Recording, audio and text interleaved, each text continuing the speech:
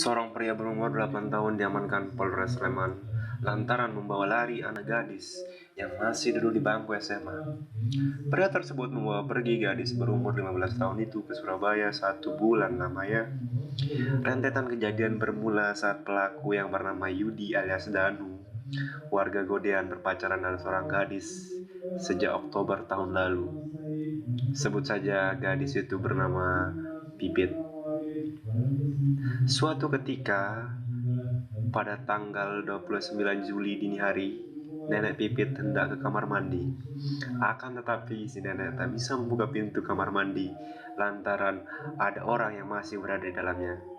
Saat sang nenek bertanya siapa yang ada di dalam kamar mandi, ternyata korban menjawab dari dalam dan katanya sakit perut.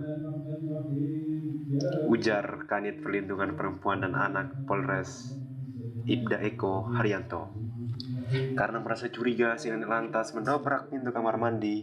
Betapa kagetnya si nenek karena mendapati Yudi berdua dengan Pipit di kamar mandi.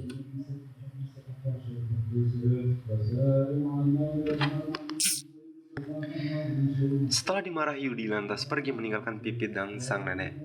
Pagi harinya, Pipit yang baru saja masuk di bangku kelas 1 SMA diantar ibunya ke sekolah.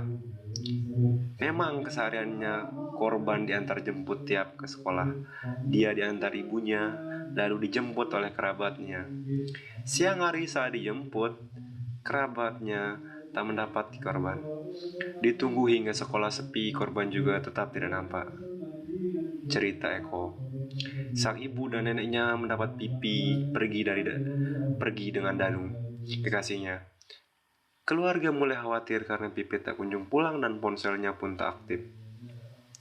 Berbagai cara dilakukan untuk mencari Pipit, termasuk menghubungi ponsel milik Danu yang saat ini masih aktif. Akan tetapi, walaupun keluarga menelpon Danu, ia tidak mengangkatnya.